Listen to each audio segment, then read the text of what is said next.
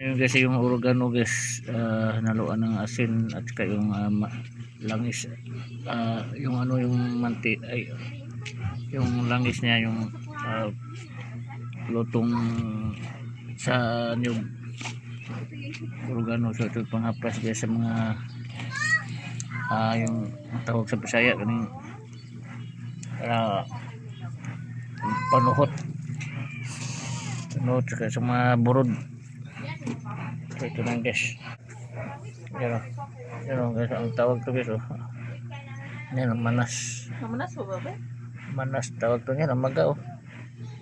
So ito inahaplas na gabi-gabi, tuwing gabi guys bago matulog.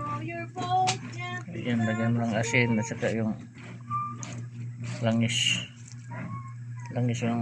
yung luto sa palana sa mantika sa niyog.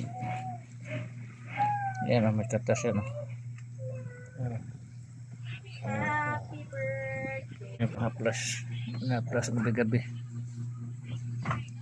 yung mga buntis saka yung mga sarayuma, pudira sarayuma,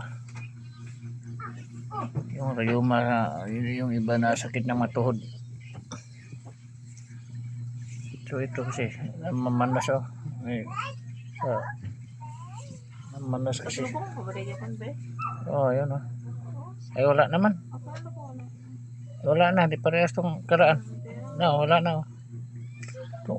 Yung karaang gabi na yung umpisa naghaplas, grabe ganyan kapal lubong, diba? Ganyan mo, grabe lubong tislet niya, wala na. Ito yung haplas guys, gabi-gabi mula yung pagdating namin na galing sa Manila. Yan manas yung si partner, si mga anak siya sa tapusan. Ito yung pinapahaplas sa kanya, pati sa baywang paa sa kabila.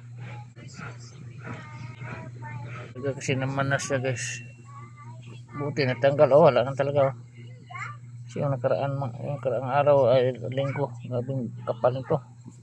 Baon yung baon pag ganyan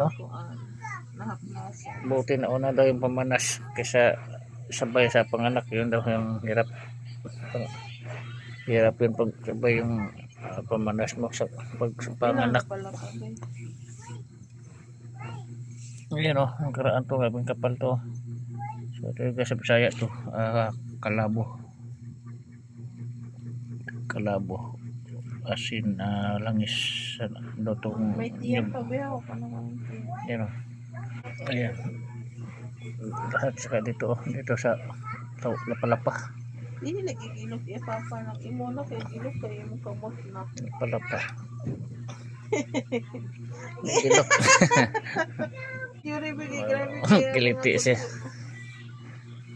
Ito ulan ang karaang gabing baga ito wala na. So ito lang guys, gawin nyo guys yung mga buntis pag namanas yung paa nyo, kasi sigara yung iba na manas yan. Tapos yung mga rayumahin daw, tuhod paa. So yan dati grabe ang ganyanin mo to, kaya baon na wala yan na. So yun guys ang gamot. Ito lang guys